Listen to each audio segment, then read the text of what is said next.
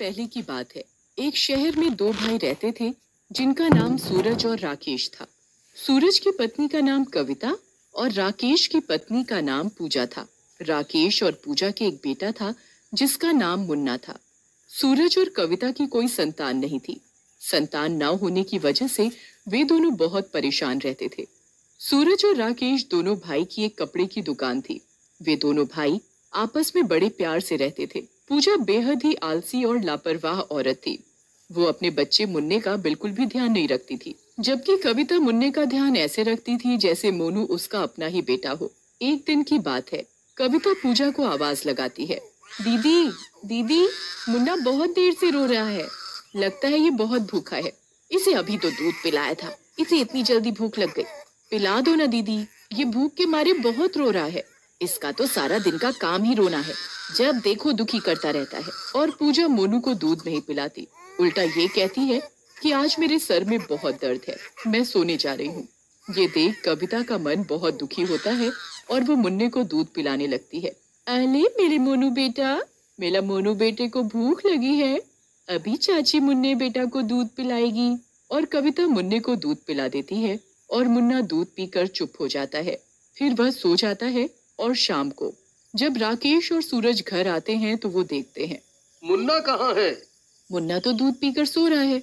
अरे, और पूजा भी नहीं दिखाई दे रही यहाँ पर। पूजा किधर है? दीदी की तबीयत खराब है, उनके सिर में बहुत दर्द था इसलिए वो सो रही हैं। राकेश कविता की बात सुनकर कमरे में जाता है। पूजा, तुम्हारी तबीयत को क्या हुआ? कविता ने बताया तुम्हारी तबीयत ठीक नहीं है। हाँ, मेरे सिर में काफी जोरों से दर्द हो रहा है। अच्छा, अभी तो मुझे खाना दे दो, बाद में टीवी देख लेना।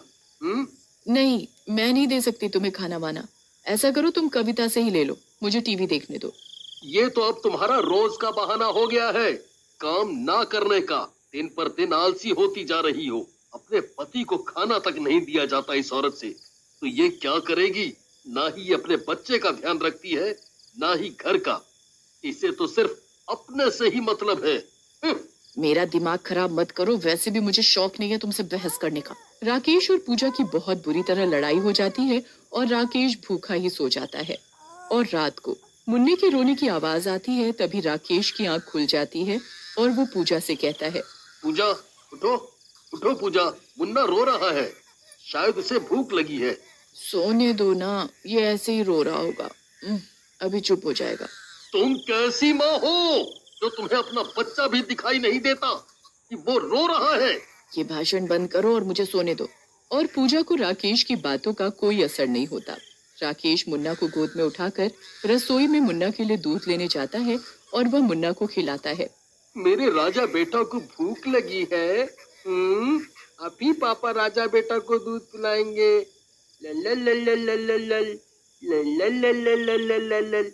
तभी वहाँ मुन्ना के रोने की आवाज सुनकर कविता आ जाती है और वो राकेश से कहती है, भैया ये मुन्ना क्यों रो रहा है?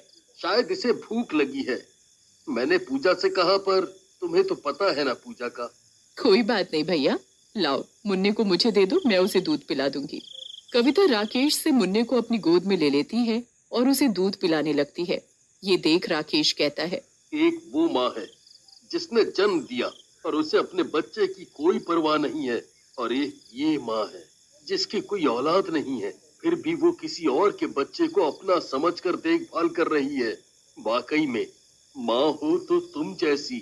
भैया आप बिना कैसी बातें कर रहे हो? मुन्ना मेरा भी तो बेटा ही है। और कविता मुन्ने को चूमने लगती है, उसे बहुत प्यार करती है और वो सो जाता है।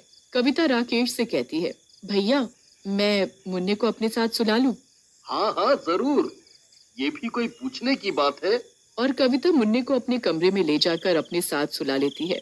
और अगले दिन सूरज कविता से कहता है, मैं भैया के साथ दुकान जा रहा हूँ। ठीक है, शाम को समय से आ जाना। ठीक है, आ जाऊंगा। मैं दुकान जा रहा हूँ, तुम मुन्ने का अच्छे से ध्यान रखना। हाँ तो जाओ, किसने रोका है? तुम तो ऐसे कह रहे हो जैसे मैं मुन्ने का बिल्कुल भी ध्यान नहीं रखती। हाँ हाँ, मुझे सब पता है कितना ध्यान रखती हो। और ये कहकर राकेश और सूरज दोनों साथ साथ दुकान चले जाते हैं। दोपहर को कविता मुन्ने को पूजा के पास बिठाकर ये कहती है, दीदी मैं नहाने जा रही हूँ, आप मुन्ने का ध्यान रख लेना। ठीक है, तुम नहाने चली जाओ, मैं मुन्ने का ध्यान रख लूंगी। और ये कहकर कविता नहाने चली जाती है। तभी मुन्ना घुटने घुटने चलता हुआ बाहर सड़क पर चला जाता है, पर पूजा का सारा ध्यान अपने फोन में ही लगा हुआ था। उसे पता ही नहीं चलता कि कब मुन्ना बाहर चला गया है। तभी कविता नहा कर आती है और पूजा से कहती है, दीदी मुन्ना कहाँ है? पर पूजा अपने फोन में ही लगी रहती है। वो कविता की बात का कोई जवाब नहीं देती। कविता फिर कहती है, दीदी मुन्ना कहाँ है? पूजा कविता की बात को नहीं सुनती और अपने फोन में ही लगी रहती है। ये देख कविता परेशान हो जाती है। कविता पूरे घर में ढूंढती हुई बाहर की तरफ देखने जाती है। तभी वो देखती है कि मुन्ना सड़क पर है और सामने से एक गाड़ी आ रही है। ये दृश्य देख कविता जोरों से चिल्लाती है, मुन्ना मुन्ना, अरे कोई मेरे मुन्ने को बचाओ, कोई बचाओ, बचाओ, कोई मेरे मुन्ने को बचाओ। तभी मुन्ने के सामने गाड़ी आ जाती है और कविता उसे बचा लेती है, पर खुद गाड़ी के नीचे आ जाती है और कविता की मौत हो जाती है। एक्सीडेंट को देखकर लोगों की भीड़ इकट्ठी हो जाती है। इतनी ही देर में राकेश और सूरज दुकान से लौट रहे होते हैं, तो भीड़ देखकर राकेश और सूरज कहते हैं, अरे ये भीड़ कैसी? लगता है किसी का एक्सीडेंट हो गया है। चलो चलकर देखते हैं। दोनों भाई भीड़ की तरफ अपने कदम बढ़ाते हैं। वो देखते हैं कि कविता की लाश पड़ी हुई है और कविता के पास मुन्ना बैठा हुआ जोरों से रो रहा है। ये देख राकेश और सूरज कविता की लाश को देखकर दोनों भाई जोरों से रोने लगते हैं और फिर वो कविता का अंतिम संस्कार कर देते हैं। और फिर रात को जब घर के सभी लोग सोए हुए थे, कविता जो मर चुकी थी वो चुड़ैल बन जाती है और वो मुन्ने के पास बैठी हुई थी। तभी मुन्ना उठ जाता है और वो पलंग से गिरने वाला होता है। तभी चुड़ैल उसे नीचे गिरने से बचा लेती है। मुन्ने को बिस्तर से गिरता देखकर चुड़ैल को बहुत गुस्सा आ जाता है और वो पूजा को बाल पकड़कर नीचे गिरा देती है। अरे मर गई मैं, मुझे किसने धक्का दिया? मैं पलंग से नीचे गिर गई। आहा। तभी उसका पति राकेश नींद से उठ जाता है और वो अपने मुन्ने को सुलाकर सो जाता है। वो पूजा पर ध्यान नहीं देता। अगले दिन जब सुबह सब लोग नाश्ता कर रहे होते हैं, मुन्ना पूजा के पास बैठा हुआ था। पूजा भी नाश्ता कर रही थी। मुन्ना तभी पूजा की गर्म चाय के कप में हाथ मार देता है। मुन्ना पूजा की सारी चाय फैला देता है। पूजा खींचकर मुन्ना के एक थप्पड़ जड़ देती है। इस लड़के को तो बिल्कुल चैन नहीं है, इसने तो दुखी कर रखा है। ऐसी औलाद पैदा होने से अच्छा है कि मर ही जाए। पूजा के थप्पड़ मारने पर मुन्ना बहुत जोरों से रोता है। पूजा मुन्ना की एक नहीं सुनती और नहाने चली जाती है। पूजा नहा ही रही होती है कि तभी उसे बाथरूम के आईने में चुड़ैल दिखाई देती है। अरे कोई बचाओ, यहाँ तो चुड़ैल को। चुड़ैल पूजा को पकड़कर खींच खींच कर थप्पड़ मारती है और वो मार मार कर उसका मुंह लाल कर देती है। पूजा बहुत चिल्लाती है, चुड़ैल चुड़ैल कोई बचाओ मुझे। पूजा को चिल्लाते देखकर घर के सभी लोग आ जाते हैं और ये देखते ही चुड़ैल गायब हो जाती है। अरे मुझे बचाओ, चुड़ैल ने मुझे बहुत मारा। चुड़ैल बाथरूम में थी। इसकी बुद्धि पहले से ही खराब थी और अब तो ये पूरी पागल हो गई है। अरे नहीं, मैं सच बोल रही हूँ। पूजा की बात पर कोई यकीन नहीं करता और सब उसके ऊपर हंसने लगते हैं। देखते ही देखते सब अपना अपना काम करने चले जाते हैं। पूजा भी अपना तैयार होने लगती है। घर पर वो और मुन्ना होते हैं। मुन्ना भूख की वजह से जोरों से रो रहा होता है, परंतु पूजा मुन्ना को नजरअंदाज करते हुए अपने मेकअप में मगन होती है। इसे दिख नहीं रहा मुन्ना कितनी जोर जोर से भूख की वजह से रो रहा है।